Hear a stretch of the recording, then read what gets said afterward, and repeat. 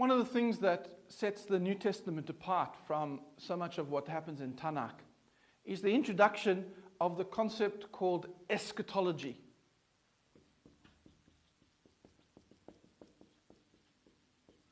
Eschatology. And as we've told you before, the concept of anything with an ology in it means the study of. And the eschaton, or the eschaton, would be the concept of the study of the end. And I suppose we could call it the end times, the things of the end. And this is something that's particular to the New Testament. And it's because of the interaction between the Jews in between the end of the Tanakh and the beginning of the New Testament.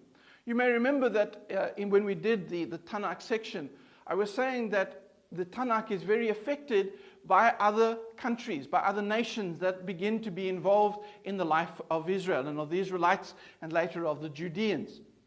Particularly the Babylonians, because it's within the Babylonians that we get the beginnings of this concept of evil and of an actual evil that exists outside of God.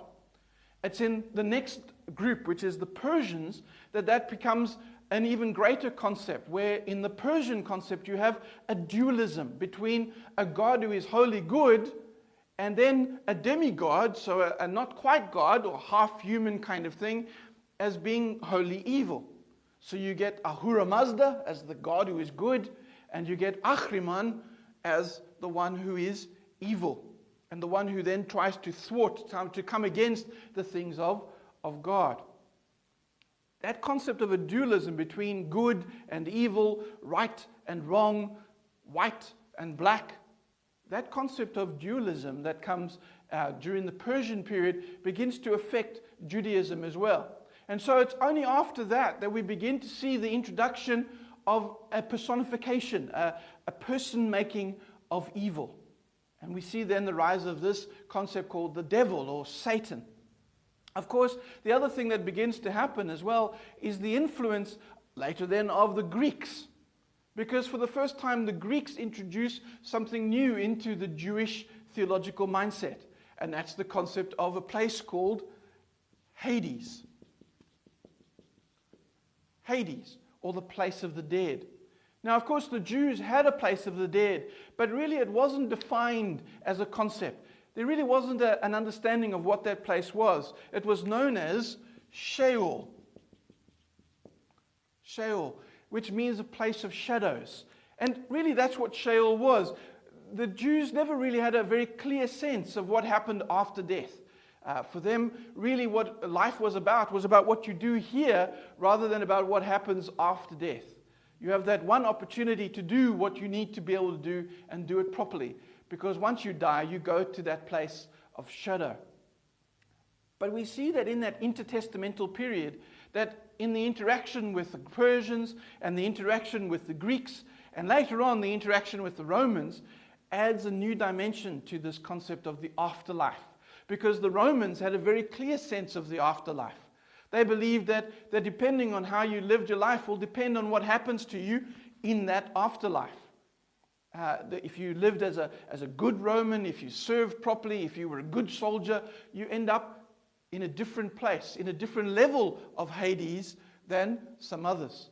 And so we need to see that there's this concept of heaven and hell begins to develop within the mindset of the theology of this area.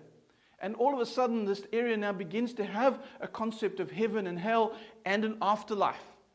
And it's in the midst of that when Judaism comes into Christianity, we have to now come to terms with, well, what happens when we die?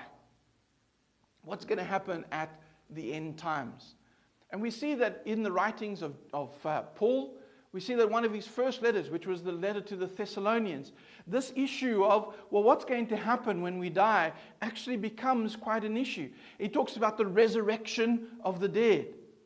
One of the things that we need to hold on to with Paul is that Paul never knew the earthly Jesus. He never knew Jesus, the man who ate and walked and sang and wept and laughed with his disciples. What he only knew was the resurrected Jesus.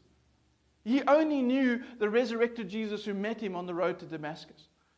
And so when you think about it, you can see that in Paul's own mind, he would have only really connected with that concept of resurrection. And so that's why in his writing, the focus is less on our living here and far more on the fact that Jesus resurrected. And so then it connects, well, if Jesus is resurrected and is the first to resurrect, so we then will also be part of that concept of resurrection. Now, again, we need to come to terms with the difference between a Greek way of thinking and a Jewish way of thinking. In a Greek way of thinking, the first question that will come into our minds is, what's going to happen? When is it going to happen? And how is it going to happen? Those are the first questions that any Greek mind will ask about the end times. It will say, well, how are we going to be resurrected from the dead? Are we going to be lying in the body for a while, and then one day when Jesus finally comes again at the end of all time, then our spirits will rise up from there, or our bodies will somehow be reanimated the way in which Jesus's was, and then we'll go and meet him in the sky? And the problem is that when you put all the different concepts of end times of the New Testament together and try and make one coherent picture out of it, is where we fall down. As I said to you at the beginning of this module, is that each of the writings of the New Testament were basically written in isolation. Sure, the writings of the Synoptic Gospels had some interaction with each other. But the truth of it is that even though they had interaction with each other, they still saw this concept of the end times very differently. They didn't see it as something which we need to look towards and say that at the end of our lives or at the end of a certain amount of time, this is going to be the end times. Rather, the end times were there in order to motivate us for doing something in the present. Remember, we discussed this before when we looked at the forms of Scripture, particularly the concept of apocalyptic. We also looked at it when we looked at the book of Revelation, in saying the book of Revelation is not a timetable for the end times. In fact, if you look at the church has over and over again set a date for when the end was going to come. And of course, it has never happened. And the reason why it hasn't happened is because we forget that Jesus is already back. The only time that Jesus is coming again is when the big cycle of creation will come to an end. From the beginning of creation to the end of this creation. That's when we're coming again. That's the end of all things. And that's certainly the end in terms of Jewish perspective as well. So if the Greeks will ask when and how and what, the Jews will ask why. Why? Why did he tell us this? Why did he explain this to us? Why is it going to happen that way? And I think it's a much better question, because I think what it does is it takes us away from timetables and blueprints for the eschatology or blueprints for the end times, and rather wants to give us a sense of, well, what do we need to do now?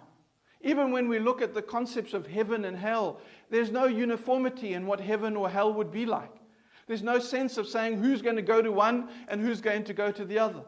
There's not even a uniformity of saying that there's definitely these two places.